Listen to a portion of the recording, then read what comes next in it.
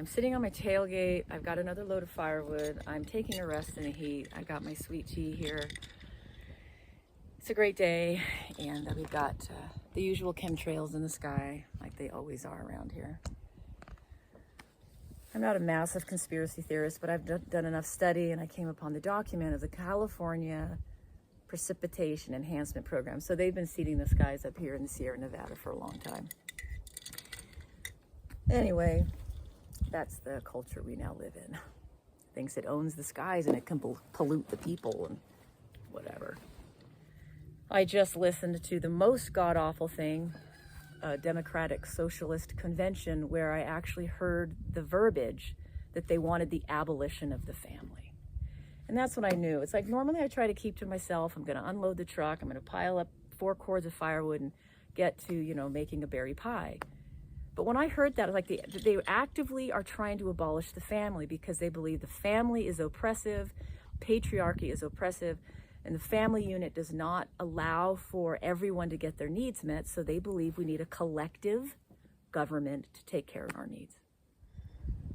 So when I was growing up, it was not uncommon to hear in Santa Cruz, which is probably one of the more progressive, we had a Marxist mayor, we had Democratic Socialist, people there. And it wasn't uncommon to hear from everybody that there's too many people in the world. And it always made me sick to my stomach to hear that. I didn't even know why. I didn't even know what socialism and communism was. I didn't know anything.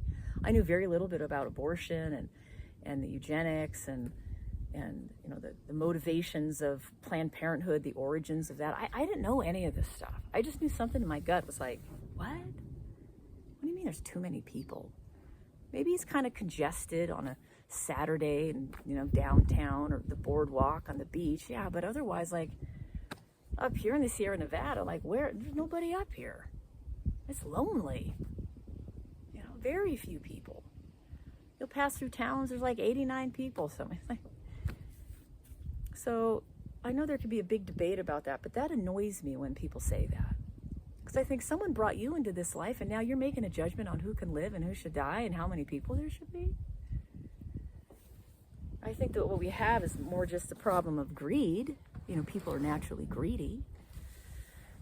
We've got problems with people like to hoard things. They like to hoard land, and it's always been that way. It's probably a distribution problem, but you're not going to change that with communism. People will always be greedy, and that's how it is. So that's why we need God. We need to be born of the spirit of God's love.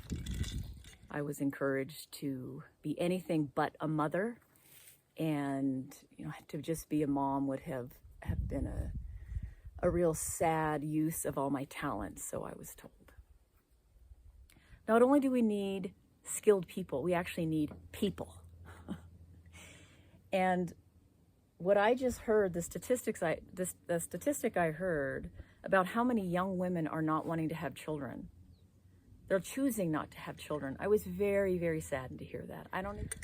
But to my point, there has been a massive brainwashing of the daughters in this country that there is a moral obligation to have as few children as possible or have no children at all, and somehow you're saving the planet. A belief that you're more a liberated woman when you're not married and subject to the patriarchy and being abused by a man who wants to be the leader of the home, and he wants to control you and abuse the children and rule you with an iron fist and control you with money and beat you when he wants and whatever. I have met so many happy married women. Life is hard. There will always be difficulties. But their husbands are kind. They're kind to them. So there's been a lot of lies, and there are controlling religious men. There is a controlling patriarchy. I have experienced it firsthand. But that's not what marriage is. That's just mean, selfish, tyrannical people misusing it for their own selfish gain. That's weaponizing a beautiful institution that God created for the protection and the preservation of the civilization. So I just wanted to say today, that I'm a huge proponent of skills. I know that we need skills. I know first we women need to get sane. You need to get out of la la land, out of the fantasy of vanity, and out of believing a Prince Charming is going to show up and do everything for you, believing you're some kind of princess. You need to learn how to work. You need to learn how to take care of a home, both inside and outside the home. Because if your husband were to die, if you did marry, you need to know how to stack firewood for the wood stove in the winter to keep yourself and the children warm. So I'm all about that. Get sane, get in reality, get smart, become a problem solver, be able to solve every problem. And if you don't know how to fix something, you can find someone who can. So you know how to get things done. And then, of course, get skilled. Because I know a country that has skilled people is not so easily controlled. That totalitarian kind of controlling government needs infantile, easily fearful, dependent subjects. That's why I'm here all about growing up.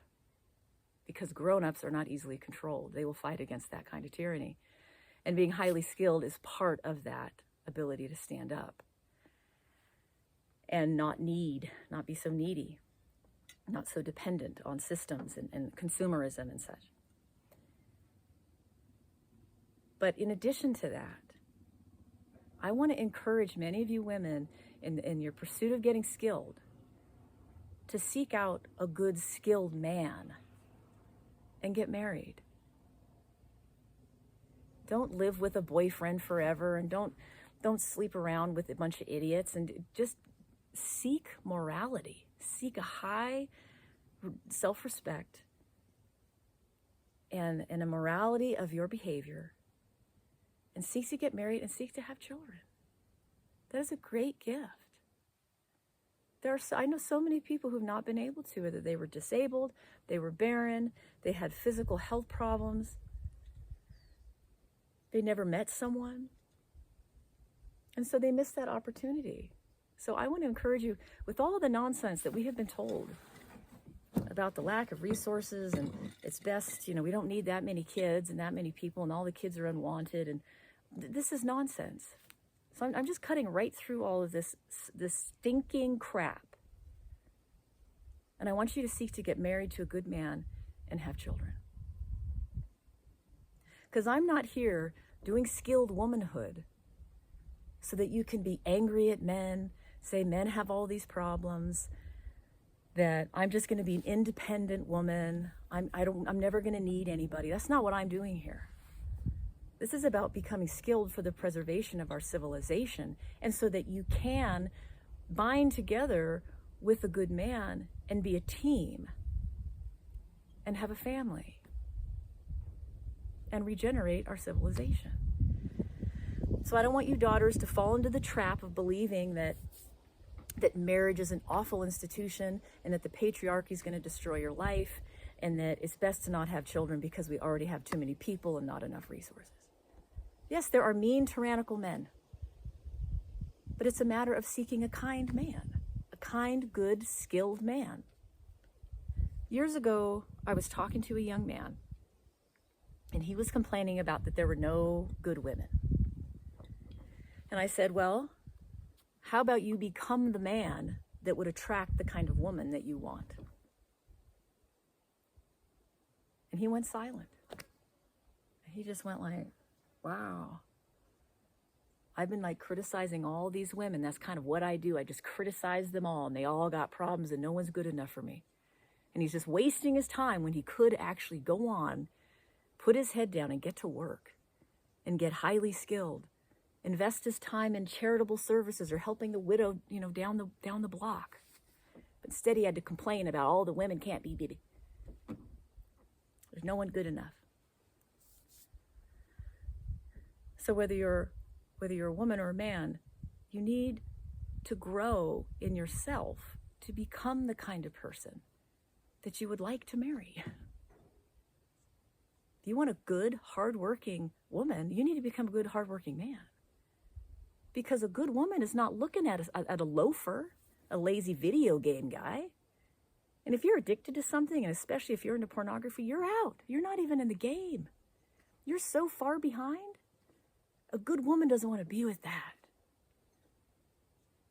Right? And a good man doesn't want to be with this over-sexualized, woman that's just completely indecent and loudmouth and vain and controlling and high expectations, and it's never enough for her. Right? So it's really important that you check yourself and see where you're at, because you might not be ready to be married. But that's part of this whole progression of rites of passage and getting skilled. Now, I know a lot of us would say, men are obligated to protect and provide. If something happens, some kind of invasion in our country, we really do believe men have an obligation that they need to protect us. And if a man was just like, he heard there was some invasion and he's like, sorry, dude, I'm playing video games, dude. I can't be involved. We would feel that that guy is irresponsible and flaky and useless to society. But what about the women? Mostly what I've seen with women, they worry about their hair, their makeup, their nails, their clothes, their body, their implants, and promoting, just over-sexualized womanhood. So the men have their social obligations, we would all agree on. And if they don't live by them, we find that they're just useless and they're shameful, actually. But what about women? The goal of womanhood is not to look sexy for the pornified, perverted culture. That's not what we're here for. We're here for the longevity of the civilization. We're here to be skilled and to have high morality and virtue and wisdom to pass on to the younger generations. And in part of that, of course, passing on the wisdom is that you have to have someone to pass it on to. So in light of everything I was told in Santa Cruz, that really the most liberated woman was woman free of the domestic life, and she didn't have a husband to tell her what to do, and she could have, freedom to do whatever and have a big career and make money and not have kids. And that was like the ideal womanhood. And that's not every feminist, I'm sure that's not everyone, but that was what was pressed upon me. And yet I was saying, nope, I'm going to be a mom. Nope, I'm going to be a mom. And so anyway, it never happened, and it was very heartbreaking to me. And so when I hear that there's a movement of young women that are actively choosing not to have children, I'm shocked. And I recently had a woman tell me, it's best that you didn't have children because a lot of kids are mentally ill now. And of course, what I believe about that. I think a lot of parents are making their kids crazy because the parents have all these problems and they don't own it, and then the kids are going nuts, but they got their child scapegoat.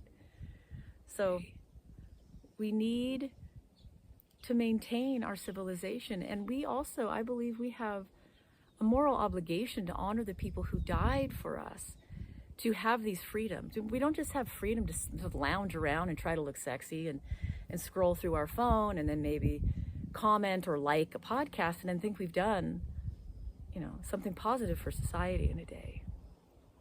So we do have an obligation to grow up, to be skilled, to live by a moral righteousness and doing a good service to everyone around us.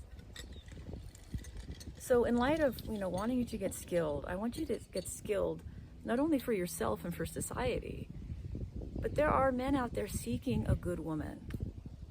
And we do need to, sadly, I know a lot of women are becoming sterile. There's all kinds of conspiracy theories that they're strategically trying to sterilize us. But I also know there are women that are capable of having children and they're aborting that child. So seek to get married and have children. If you can, what I would give right now to have help, to have children helping me, to be a team, because that's really what a family is.